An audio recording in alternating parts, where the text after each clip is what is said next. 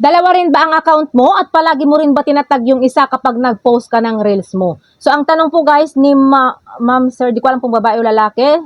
Tanong po ng isa nating followers, pwede daw bang itag niya ang isang Facebook account niya kapag nagpo-post siya ng Facebook Reels?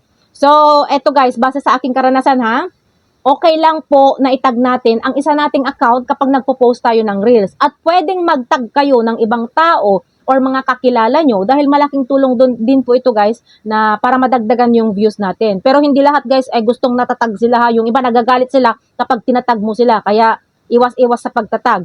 Pero dapat guys, wag din sobrang dami yung tinatag ninyo ha. Tama na yung 5 hanggang 10 account yung tinatag ninyo. Dahil nga para maiwasan natin guys yung pagkakaroon ng spam restriction ni Facebook. Lalo na kung sunod-sunod na yung pagtag ninyo ng maraming tao. Kunyari, nagtag ka ngayon ng 20 katao, tapos mamaya ulit ng 20 katao, tapos mamayang hapon ulit 20 katao yung tinatag mo. Magagalit yung mga tinatag mo guys at magagalit din si Meta.